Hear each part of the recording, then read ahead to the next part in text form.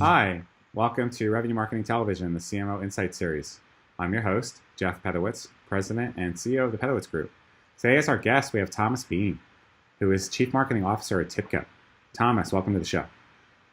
Thanks, Jeff. Hi, everyone. Very happy to be here. Thanks for the opportunity. Very happy to have you. TIBCO's been very busy over the last year. Acquisitions, growth. Tell us about it. Yeah, no, we've been very busy indeed. The acquisition strategy was intense, so to speak, but always very focused on the strategy. We have our mission that we set for ourselves is really to provide a leading platform for digital businesses, and we're looking at ways to actually complete this platform and provide the best experience to our customers. So sometimes we develop it ourselves. We have a fairly important launches too, and we're also happy to onboard great capacities. Some of the last acquisitions we made actually were fascinating on the marketing side because they opened us to new audiences, such as data scientists or business users, such as marketing users. So a very exciting time where we have this vision and now we have the opportunity to propose it to brand new audiences. It's very exciting. So I get every week, I get a chance to talk to a lot of marketing executives. There's a lot of challenges that everyone's facing. Three that keep seeming to bubble up to the top are driving towards digital transformation, getting more customer-centric, and continuing to evolve marketing to be, business accountable, if that's the right term for it. So within those three, how would you define those at TIBCO, and are you facing any of them yourself? I was actually listening to you, and it's a very good description of the journey that we took over the last 4 years. We started really by making the business more accountable, and we had to the marketing more accountable in the business. Sorry, and it started with really building the abilities to measure what we're doing, understand, and how can we improve it. So having access to the data, listening to best practices in the industry, applying them. But also keeping our eyes on what the business needs, which in our case is revenue and adoption of new customers. So it's really having the ability to measure, then setting the right objectives. And the way we measure our contribution is not pipeline, it's actually the revenue that we originate or influence. And that's something that we've ingrained in the culture within marketing. That's what makes us an integral part of the business. The second aspect is indeed the customer orientation. We're a company that has been around for 21 years. The company founded by engineers and sales, and it's great. It took us to $1 billion. But what marketing brings now to the equation is really this notion of not only focusing on what we provide that would eventually be interesting to our audience, is really focusing on our audience, determining what the best audience is for us, and catering what this audience needs in terms of use cases, in terms of content, and making that audience educated and successful. So we've had to build some of the processes, some of the tools also to address this. And then that's when digital transformation comes into play, because if you combine those two aspects, of course, you need to contribute to the experience, the digital experience that the company is providing. So that's why we've not only evolved what we do with digital marketing, which is digital marketing 4 years ago was basically a few emails and a webinar. Yeah. So we've gone a long way since. Then you were digital, right? Exactly. But what's been fascinating is that digital also brings businesses with a huge opportunity to understand way more about their context. I'm as fascinated about our ability to pave the right experience for our customers as I am by the visibility we get on them. Those customers trust us. They give us some data. So of course, we need to be responsible with it. But that allows us to then use this data, this intelligence, to provide the right experience. We can understand what their intent is, what they want to learn, or what they want to achieve. And then we can use this to build the experience and even make the experience compelling. We don't have to show all the sign, the same nurture. We know they've consumed that content. We get to the next one. We take them on the path. So that's on the marketing side, but very, very quickly, as the company also is evolving in terms of providing more cloud products and providing, as I mentioned, products and capabilities to new audiences, we realized we had a huge opportunity to blend marketing within the product, blend marketing within customer success. So we became less of a silo within the organization, which is all awareness and demand gen, but we really have a vision where we're more of a transverse partner that works within the overall experience. Very often we're going to start the experience, but we're going to pass the baton to sales, to PSG, to customer success with not only good discussions that we've started and relevant ones, but also a lot of intelligence. Here's what the customer has done before. Here's what we've learned about the customer. And I think that contributes both to the focus on the customer, but it's one of the huge opportunity that we have with digital transformation. So we started we were very focused on marketing, but very quickly we realized the opportunity we had to work with way more of the company to deliver this one experience our customers want to have. So it sounds like it's really changed the role of marketing within the company. So you mentioned being measured on revenue, which is awesome. Most successful marketing executives today are. But when you get into areas like digital transformation or customer centricity, how do you measure that exactly at TIBCO? What are some of the things that you're doing? So the measure, well, it's just a contribution once again to not directly to the revenue, but of course we have all sets of metrics that lead to revenue. Revenue can come from multiple ways. With the opportunities that we have coming from acquisitions and such, we're very focused on also onboarding new logos. TIBCO has been fortunate to have many very loyal customers, and it's a great business, and we provide a lot of value to them. But at the same time, the huge opportunity we have is to make sure that we land in new accounts. We actually gonna evangelize, gonna educate new accounts, and they're gonna land and use maybe just the analytics part, and then discover there's a whole platform they can leverage. So we're very focused on Indeed, and we're measuring how, well, first of all, which of those audiences we should address, because the one thing that we don't want to do is boil the ocean. So we're making choices where we can be successful, and we use data for this, and we're measuring how we engage with those audiences and how they convert. So starting from the objective, we kind of look at the whole contribution model, and it's beyond pipeline. It's also the experience, the web traffic, and such, and making choices, actually in agreement with our sales partners. Where can we deliver most value? Where can we be most relevant? The data that I mentioned can help us make those choices.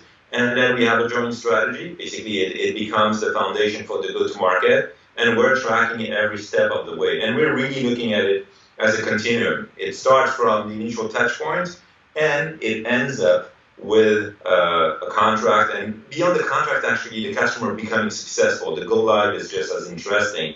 And it's funny because one thing that we've done, which I think is interesting, is all of this intelligence that I mentioned now, we are providing it even to our sales colleague. Now they can have a view through our analytics on their accounts. We try to touch points, we try to people who are interested in that topic, which really feed into the strategy they can have to serve those accounts in an even better way. So that's where we're accountable, not only in how we contribute from end to end, but also how we support the other aspect of what is traditionally considered as being after marketing involvement. So it's a whole set of metric where now we're working closely with also other parts of the organization about customer health.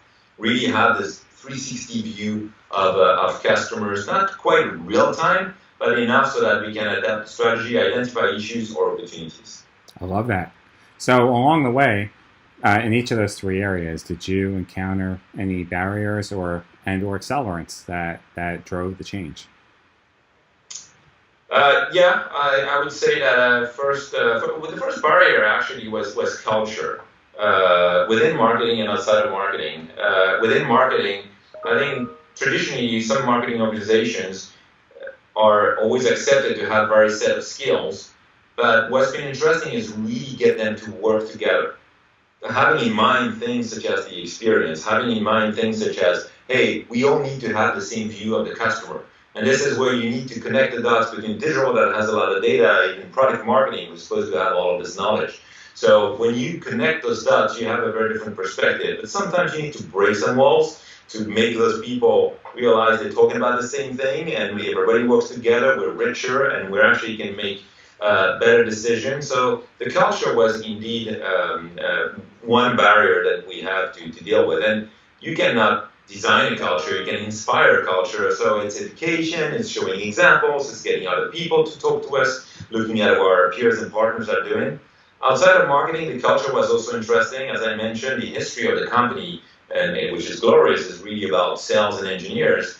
and we need to get a seat at the table. So it also, you need to earn that trust. You need to earn that seat at the table by showing the value, educating, getting your champion, so to speak, people understand the value, kind of selling marketing within the organization, which has been interesting. And I think we've done within the team has done a good job at it. So that culture aspect has been one. The other barrier, and what I'm going to say is maybe a little bit controversial, is technology itself. Marketing has discovered technology. Marketing is great because it's a little bit of art, a little bit of math, a little bit of technology, all of this mix. It's great.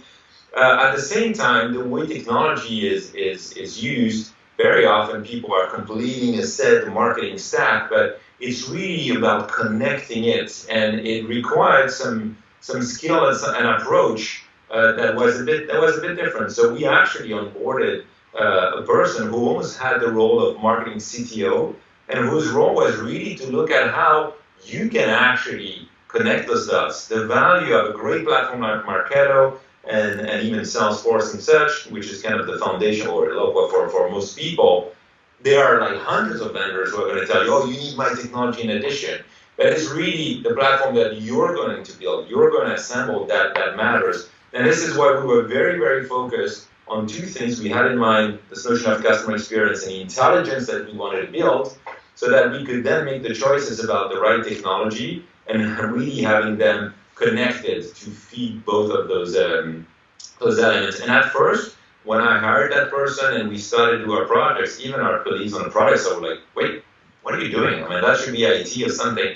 But we work very well with IT. But this is where we had to bring on some of those skills, have a little bit of a forward-looking approach, almost a roadmap to do this. And then we also had to learn a few tricks along the way. Like, you're not going to have the vision right away. You need to test, especially in marketing. I mean, we talk about A/B testing, but that logic applies to most of what we do. Your message, your marketing stack. So also bringing that culture of doing quick implementations, doing quick projects on the scope you maintain, you know well, you manage well, and when there's value, you can scale it. When it doesn't work, hey, with Brian, that also some of the things that we had to implement. And actually, that was very useful, because the last barrier that we had is also the fact that I often say that as a CMO, I get the easiest job in the world, because I'm surrounded by 4,000 marketing experts who will tell me how to do the website or how to do this and that. Then there's that expectation of that everybody knows marketing. So when you come with new ideas, you need to earn the trust of your board, of your CEO, and once we put in place that process and we started to show the impact in a tangible way on the metrics, then we had earned that trust, which then they don't expect us to be innovating all the time, but at least when we come with a proposal, they know that we've tested it, they know that we've validated it, and there's way more trust. So one of the things I'm curious about, so it sounds like you've put in a pretty good regimented approach over the last few years. How does that apply to the acquisitions? Because with the pace and the rate of some of the businesses you've been acquiring, that brings in its own change of personnel, integrating brands, products, new strategic packaging, and then they haven't been exposed to your culture yet, so it's getting them all onboarded. So kind of walk us through that. How are you then taking this model and the system and everything you've been doing for the last few years and then kind of move over and put your arms around these companies that are coming on board? Absolutely. That is absolutely a great question, because that's where maybe one of the areas where we've learned most. The first acquisitions that we've made, we were, I think, very, very cautious. Like, okay, well, let's keep the brand as is, and let's keep them there on the side. Let's not break anything. But you kind of preventing yourself from getting economies of scale and such, which are anyhow mostly part of most of the acquisition model. So we actually established a set of best practices in terms of how we're going to manage the brand, because the acquisition is good news. There's a reason why you made the acquisition. So even in terms of communication, the audience expects you to have some kind of integration quickly on the brand side. Enablement is a key aspect. Enablement within marketing, so that we get those new marketing folks joining us, we welcome them and explain, okay, here's how we run things. And it's not like regimented. I like the word and the idea behind it. It sounds very, very military. The one thing that we do is that we enable them in what we've done. But one of the most valuable aspects that we get from acquisitions is actually also that there's something unique. That's the reason why we acquired them. There's probably unique skills and things we can learn. So we did this recent acquisition of a company called Scribe Software, which has a very indirect model with a great set of partners, and also addresses a set of users, business users, which we're not the most familiar with. So this is exactly the kind of things that we want to preserve, we want to learn it, and then we work with them on how do we integrate it into our best practices, into our regime of running things. So as enablement, we look at what they bring at the table, we establish kind of the new regime of the new directions, but as early as possible, there are things on which we're very diligent, which is to measure the value they contribute and align the metrics, because there's nothing worse of having, okay, here's my contribution here and there, and then it gets blurry. People, I mean, we were talking about the culture of how people perceive marketing. I've heard marketing spins data way too much in my career. We're using the same data as the rest of the company, and it's all real data. So aligning this data, aligning this visibility. So usually in the first 3 months, we try to align the systems. We do enable people on the culture. We welcome them in a proper way. We onboard them. We look at what they're bringing at the table, and that gives us the direction to move forward. Some of the integration activities might take more time, but at least we have our plan set early, and we onboard them, and we're trying to make as much noise as possible also by the acquisition, because it's great news when typically two leaders join forces. Great stuff. Boy, Thomas, we're going to have to bring you back for round 2. This went really fast today, but very exciting to see what you guys are doing over at TIBCO. So thank you for being on the program today. No, thanks for having me. You bet. All right, we'll talk soon. Thanks, bye.